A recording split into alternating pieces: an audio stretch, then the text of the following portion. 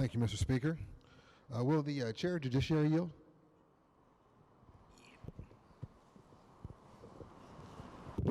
Yes. Thank you, sir. I have an exhibit here that I wanted to show the body, and I'm trying to get into the heart of the bill. I know it's a little tough to see, but I'll explain to you and give you context of what this picture is. This is a group of our most proud and distinguished veterans coming home after fighting for their country and going to try to get a little bit of lunch, and we're having a little tough time with segregation. There were some men there. One of them has a Confederate flag, which flies in the face of that flag. So I'm wondering, are we permitted to still teach about this within this Anti-Racism Act? The strike and insert has nothing to do with curriculum or teaching. Okay, and I was just wondering because it also led to disparate impacts of the GI Bill, which 98% of African American veterans were able to enjoy education, living arrangements, because government, people that have our role, were working in collusion with lenders and people like that.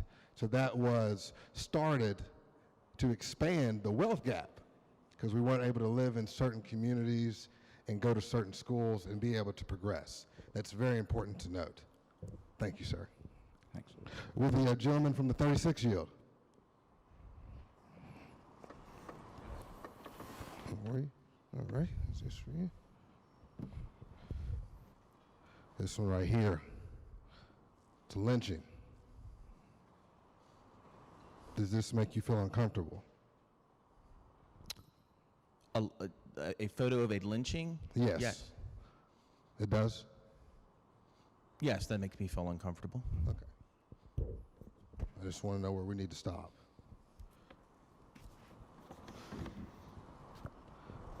Does this one, sir, this one make you feel uncomfortable? This is a Holocaust. Yeah, I think it's fair. I think that would make anybody in here feel uncomfortable. Okay, I was wanted to make sure. I like this one. Race mixing is communism. They're upset about us sitting in here together. Does this one make you feel uncomfortable? Where it says race mixing is... Just the whole context. Yes, that does. But I will say that nothing in the bill that we're voting on says anything about whether somebody's made to feel uncomfortable. Okay, we took it out. We stripped it out. Well, we're talking about the bill that's in front of us right now, right? This one's, I think we all know, Emmett Till. On the left, it's when he was a 14-year-old boy from Chicago, went down to Mississippi and got murdered for allegedly offending a white woman in a grocery store. And then on our right, I know it's a little pixelated, open casket, when he got sent back to Chicago. His mother opted to do that to make people feel uncomfortable. That's what it was about, to make them feel uncomfortable, so we wouldn't repeat that, what happened to that 14-year-old boy, because he was black. And I understand that only me and the lady from the 51st have black sons in here. I have a 14-year-old, and I'm sorry, sir, you can sit. I have a 14-year-old boy, and to the gentleman who's no longer in here from Greenbrier, he was talking about those classes. I took exception to that. I took exception to that because I remember vividly when my son was in the second grade, he was discouraged repeatedly for testing for the tag program. It wasn't until his white mother stepped in and demanded that he be able to take that test. You guessed it. He passed it with flying colors. The tag teacher said he was literally the smartest second grader she'd ever encountered. He's the top of his class now as a freshman. But it wasn't until his white mother stepped in so he could take that advanced course It's important for us to know here. This bill is about the feeling of discomfort. This bill before us, it's about the punchback. It's about the punchback to allies on social justice efforts, talking about economic equity. It's about a political play to reach into pockets of America, spreading misinformation to get elected. It all stems from CRT, which time and time again we have spoke about. It is about the cross-sectionality of racism and law. It has never, I repeat, ever spoke that anyone is better than anyone and that anyone should feel guilt. It doesn't teach that. To make sure you are informed before you vote on this bill on a false premise. I've got an idea. How about we be a beacon of light to our neighbors so that we can all push this great state forward together and not keep going back, perpetuating false narratives. It's a novel idea. This bill had several versions.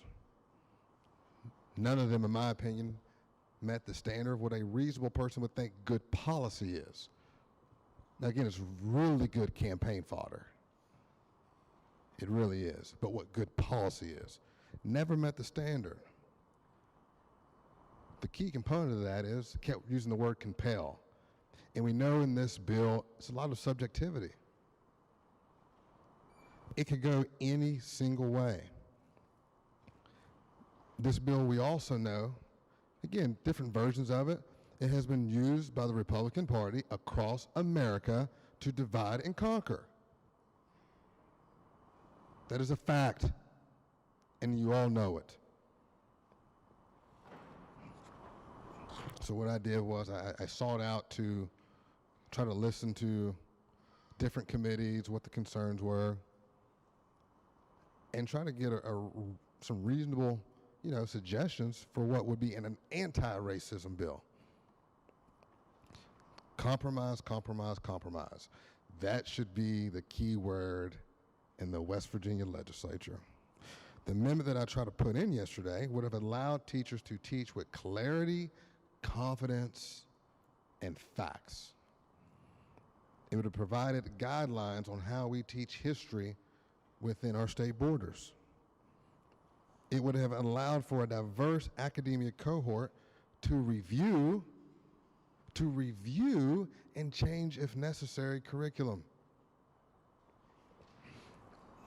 Look at lessons, lesson books, materials. Provide age-appropriate lessons. That commission would have been the Marshall University, Carter G. Woodson Lyceum, West Virginia University Center for Women and Gender Studies, West Virginia State, the Bill and Bonnie Stubblefield Institute for Civico-Political Communication at Shepherd University, 3 public school teachers with expertise in history or curriculum, and 3 public school teachers who represent historic minorities. It didn't fail. It was refused to be debated. I was then told to have a seat. So since my attempt to help speak to what people have expressed is the intent of this bill, I'll just point out some of the shortcomings of this piece of legislation before us today. 1, we are trying the teacher shortage. If this is a deterrent to teachers, handcuffing them, it's going to further explode teacher shortages. Slow down. Think about this.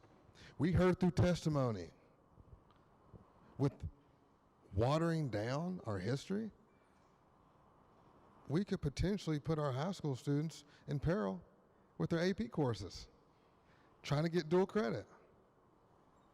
That right there is a fact. Then, oh boy, then in the judiciary, we had Mrs. Kitty Dooley, a very accomplished attorney, used to be with Spillman, Thomas, and Battle. She has the Dooley Law Firm, president of the Mountain State Bar Association. She worked for our very own West Virginia's Attorney General office. Very accomplished. And she said something, and it goes to her testimony on this working in a unintended way, a reverse way. On lines 5 and 8, her interpretation, on lines 5, one race is inherently, morally, or intellectually superior to another race. 8, an individual should be discriminated against or receive adverse treatment solely or partly because of the individual's race. She talked about from in the classroom, and because we do currently have a lack of equity in our history teaching, kids of color can start making a whole bunch of complaints. Didn't think about that. Because if I don't see anybody that looks like me, talks like me, that's in all of our books, well, I might start thinking, well, maybe I'm not good enough. And then it hit me, it was the aha moment. I started thinking about my experience here. Now, I understand, I've said this before, my granddaddy was a coal miner and a preacher, and my daddy loved to hunt. So I, too, love God, guns, and coal. I understand that. But there are more objects that we can talk about down here, and I know we do.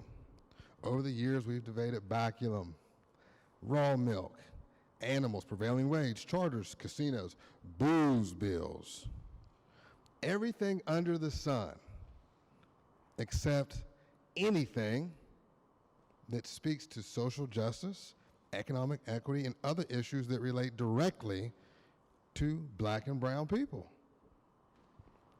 Just yesterday, it was one of the best votes we took of this session.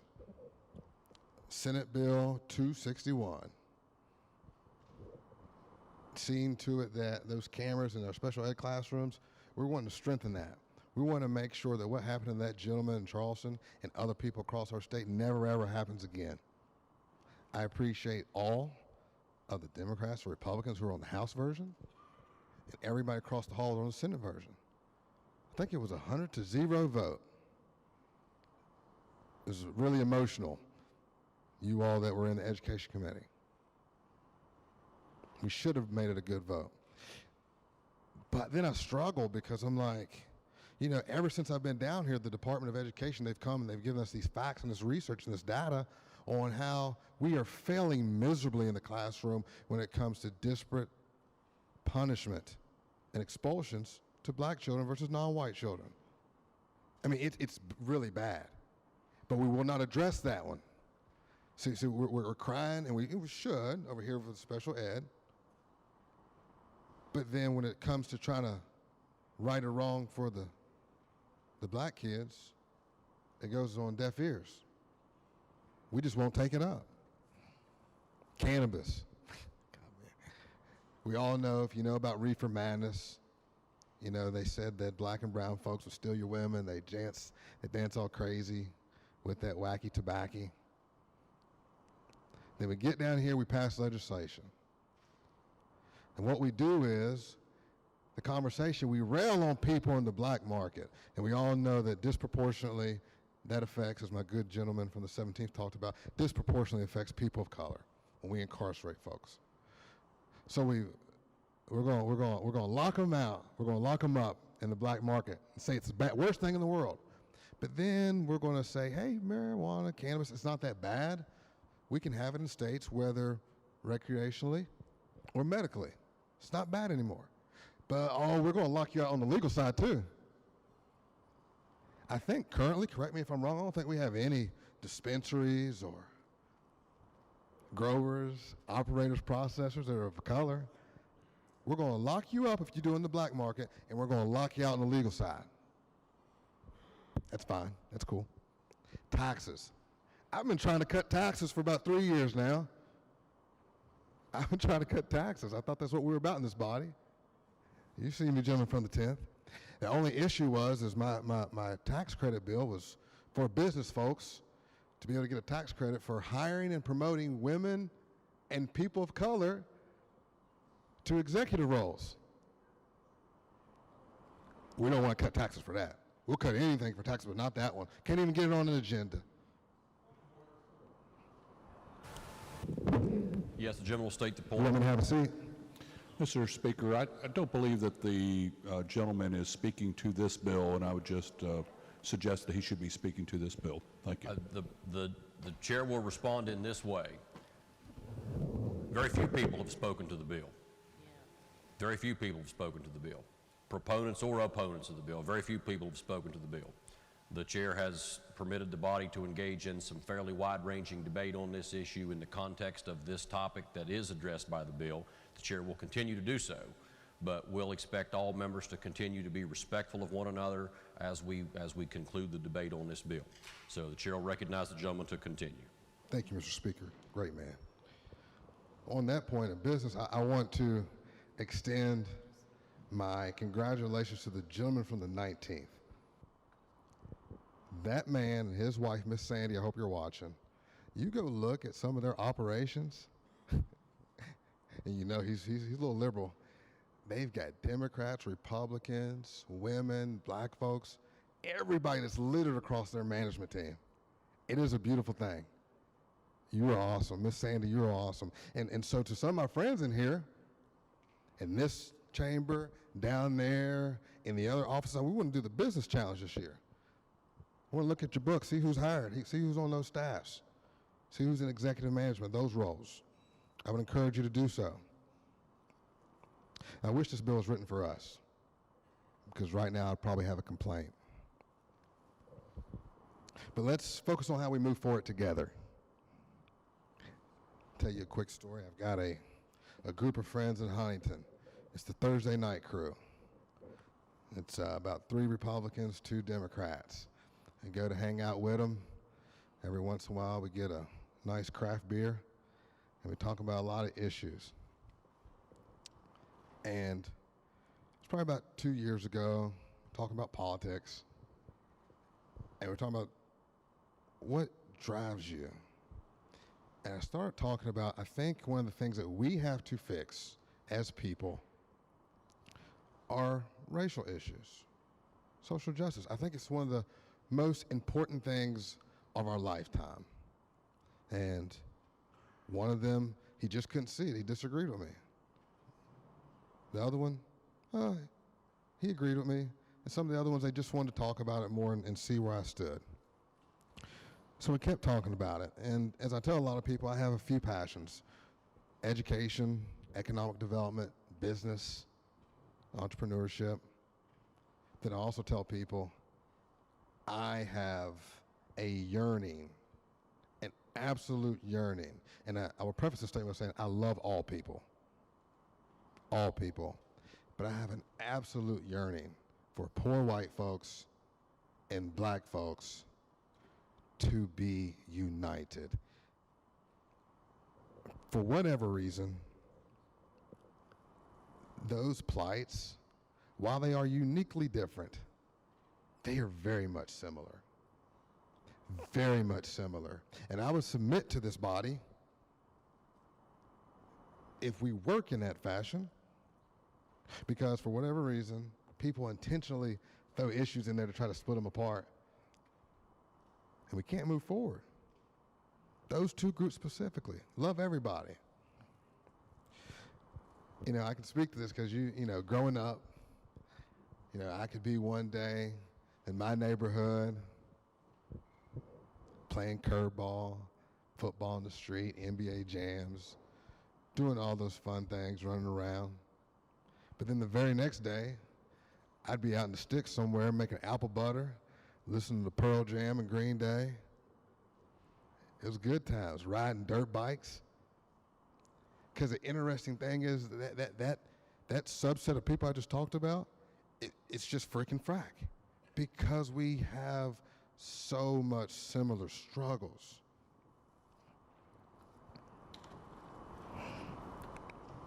You know, I get mad at myself sometimes because it was a couple years ago I was going to talk about the hood and the holler, and I was saving it for a speech.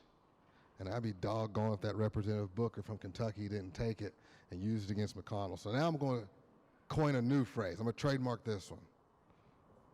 It's about the trailers in the trenches, the people that come from the mud. I got a couple of gentlemen in here today, the gentleman from the 21st, the 22nd, the 24th, 25th, 28th. Y'all know we real tight because we had that same struggle coming up, getting it out the mud. The only thing that separates us is maybe I got a little bit more melanin. The only thing. And so I'm going to need your help. I'm going to need your help. The boys from the 30th and the 61st. I tease y'all all the time because I like you a lot and you know that. But interestingly enough, hold your feet to the fire. On these issues, you've always been with us. And so I know clearly nothing didn't change just because you switched parties. I know it didn't. To my fellow sports enthusiasts from the 17th, I admire you, and you probably didn't even know that.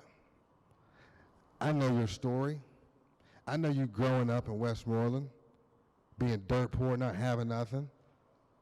Your dad working at Owens plant, and you overcame your struggle, running a multi-million-dollar health facility. I've got a lot of respect for you. All I'm asking is, I know your struggle, but understand and know mine is a little bit different, and help me. Gentleman from the 18th, you know I was going to get to you. Mess with you all the time. Our son's playing the same high school soccer team. Just a week ago, we was down there talking about how we was both dead broke 10 years ago, using on food stamps. I know you had to struggle, and you overcame it, and very successful. I just need your help to recognize this struggle. To the clergy in the room, we got a few of us. It's imperative that you make this your mission. It's imperative that you make this your mission. Speaking of clergy, to my friend from the 44th, yesterday in advancing this measure, you quoted MLK. Today I'd like to share a quote with you. Leviticus 19:18. You are not to seek vengeance or hold a grudge against the descendants of your people. Instead, love your neighbor as yourself.